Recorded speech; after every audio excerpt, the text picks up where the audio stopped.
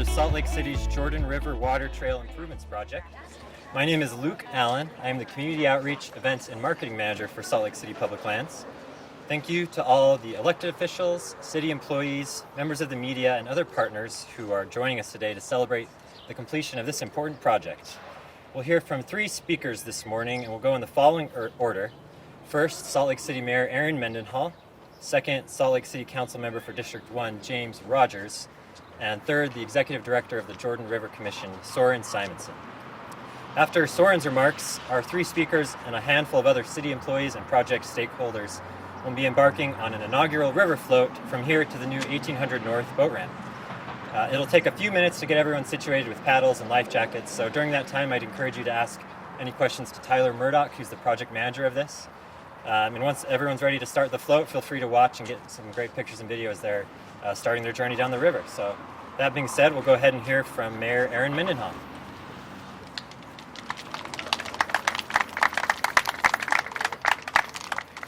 Thanks, everybody. Can I just say, we haven't done this much fun things in a long time. This is an exciting time. It's great to see so much of our team out here today. We're celebrating today the completion of a long-awaited series of boat ramps along the Jordan River that the community has been asking for. Our partners at the Jordan River Commission have been anxiously anticipating, and Salt Lake City is so happy to open these up today. Getting into the river is going to be easier than ever. Cement, not mud. People can walk. Kids can access it with their parents, hopefully safely, wearing life jackets, going into boats. But these 3 boat ramps are at Fisher Mansion. They're at the 1800 North Redwood Road, part of the trail, and one at the Gadsby Trailhead. The population of Salt Lake City is going to continue to grow. We're the fastest growing state in the nation, and it becomes even more imperative that we protect our open public spaces, our natural spaces, and that we make them more accessible to everyone.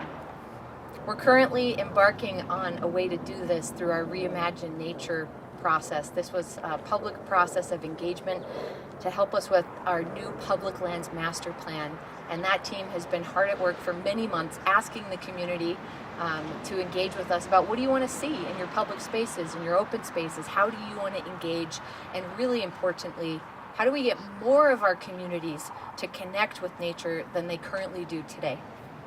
People should visit reimaginenaturslc.com to learn more about this community-led process and to give us some of your feedback. It's yet to go to the council, it's still being created, and the community is the heartbeat of what happens there. I want to tell you about a couple other projects that are currently underway that are going to improve the Jordan River corridor. One is the renovation of Fisher Mansion. Another is determining that new park use for our Glendale Water Park. The demolition happened just last week. Another is the Three Creeks Confluence, and we'll be celebrating that opening in the next couple of weeks, month maybe. And we also have the construction of a bridge across the river at Backman Elementary School, which has been a long time coming. I know Councilmember Rogers and I worked on that as council members years ago. It's finally going to happen. But this project, it wouldn't have been possible without the financial support and commitment from the Governor's Office of Economic Development through an outdoor recreation grant that we received from them, contributions from our neighbor here at Rocky Mountain Power, and also CIP or Capital Improvement Program dollars from Salt Lake City's taxpayers. I also have to thank a lot of partners who made this project possible, from the Utah Office of Outdoor Recreation, Salt Lake County, Utah Department of Natural Resources, Rocky Mountain Power, the National Park Service, Jordan River Commission, Utah State Fair Park, Salt Lake City Arts Council, BioWest Incorporated, and our city's Engineering Department and Public Lands Division. Let's give these folks a hand. So I'm going to turn the time over, but I just want to say I'm happy to see the toes of most of the people here, and sorry for all of you in the media who don't look like you're ready to get in the river, but you can come back after this and get wet and get your boat out. Come on up, James.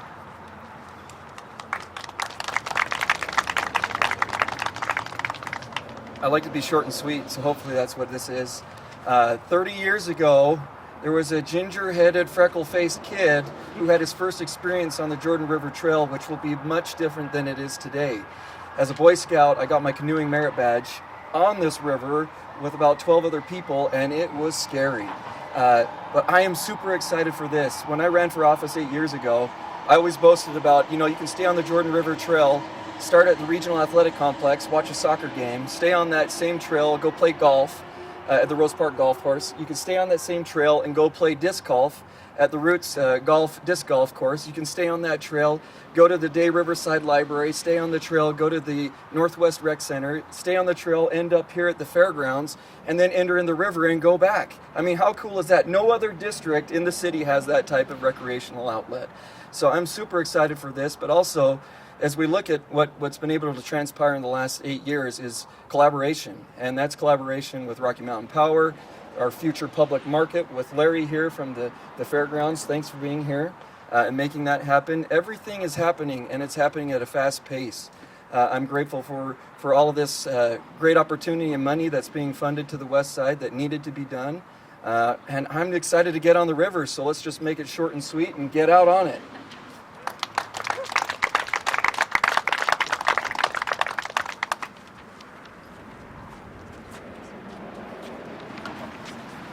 Good morning. I know I'm the only thing between everyone and the river. I wanted to just share a few things to kind of fill in some gaps.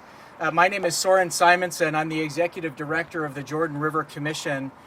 And that sounds like a really important role. I'm really just a cheerleader most days. The 3 counties and the 16 cities that all touch the Jordan River do amazing work to help improve and make this just a magical place.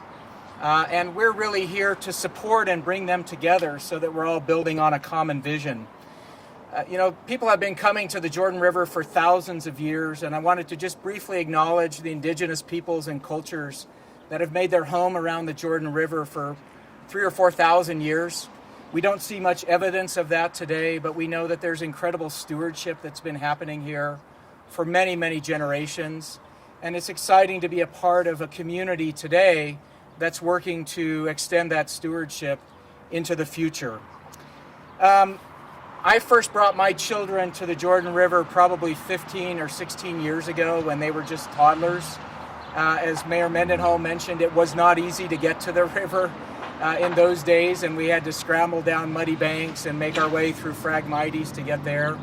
Just a couple of years ago, I took my mom, who's 80 years old, on a paddle of the Jordan River. She wanted to show me the home, which is near where the surplus canal empties part of the Jordan River into another waterway today, where she immigrated from Germany and spent about a year literally right on the banks of the Jordan River.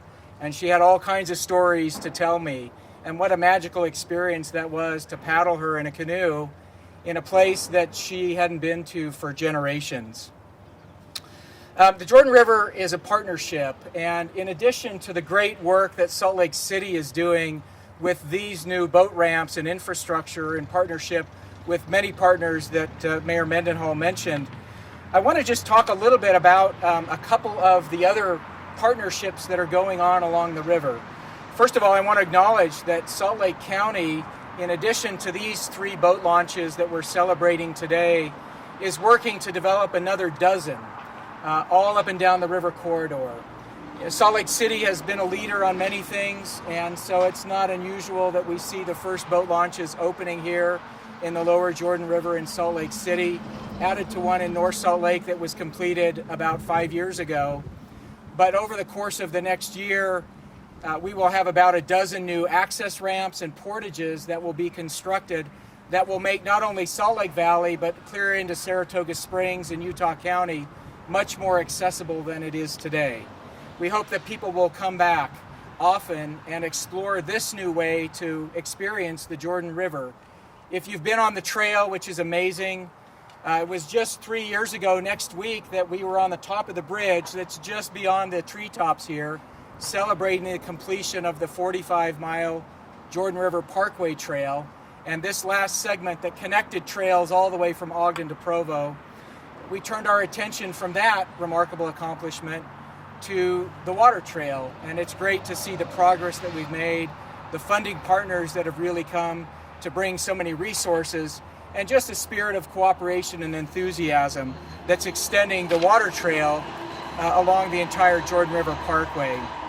Back in 2008, when the Blueprint Jordan River was completed, and dozens of communities and stakeholders and organizations came together to identify a vision for the development of a 50-mile linear park, nature park, between Utah Lake and the Great Salt Lake. We've accomplished so much over that last decade. There's much work that we still need to do, but it's great to see so many things that have happened that bring us to this point, and all of the ways that people can enjoy this wonderful linear nature park. We also have about 200 acres of natural open space that's being restored, preserved, and enhanced, also happening along this corridor, and it's amazing to see that progress. I want to just briefly mention, to close, kind of what we'll see, and I call this my sad, mad, and glad tour. You will see some things on the paddle today, those that are paddling, that will make you sad. You'll see fences and barriers, places from past development that's really turned its back on the river. You'll see people camping along the river. And that's not unusual. I mentioned earlier that people have been camping and living along the Jordan River for thousands of years. But in our society today, it will remind us that we still have much work to do to address homelessness, mental illness, addiction, and other things that threaten people's lives and create crises that bring them to the Jordan River for refuge. So that's the sad part of the tour. There will be parts that make you mad. You will see things in the Jordan River that should not be in the Jordan River. Litter and debris, waste, interventions from human development over the last 150 years that have created some really unfortunate circumstances. You'll see stormwater outlets into the Jordan River dumping raw water from streets and sidewalks and parking lots, carrying litter and trash and debris, and that will probably make you a little mad. But you will also see a lot of things that will make you glad. When you drop down these 10 or 15 feet into the river, it will be amazing how the city just disappears through many stretches of the Jordan River that we'll paddle today. You'll see wildlife that you didn't know existed in Salt Lake City. It was just a couple of years ago when my daughter, who was 8 at the time, was paddling just beyond where we'll take out today, and we came around a bend and saw an enormous great blue heron and a flock of pelican take off and soar over our heads, and those things just mesmerize and take your breath away. And it makes me really glad that that still exists, even with a lot of the challenges and difficulties that we've created over the last 150 years. But I'm happy that there are so many working in so many different ways to restore and revitalize and bring that nature back to the river. The last thing I want to mention is I hope everybody here today becomes a partner in doing what we're doing to improve the river, because no matter where you are in the region, you're part of the solutions. The litter we'll see in the river is mostly coming from streets and sidewalks miles and miles away. So as we're paddling the river, if you want to reach down and pick some of that up and stick it in your canoe, feel free to do that. But anybody, when you're out on the streets and sidewalks around your home or your business, your parks, your schools, places that you spend time every day, when you see a piece of litter while you're riding your bike or hiking or walking or paddling the river, just pick it up, because it's easier to keep it out of the river than to pick it up when it ends up here. We've adopted terms like clogging, picking up litter while jogging, pliking, picking up litter while hiking and biking, and pladdling, which is our new one, picking up litter while paddling the river. And all of those small acts that everyone does across the entire Jordan River watershed, which is about 3,800 square miles, all the way up into the Uintas, every time we do that, it makes a difference for this stretch of the river at the bottom of the watershed. Thank you for being here today. Let's go have some fun and enjoy this fantastic day.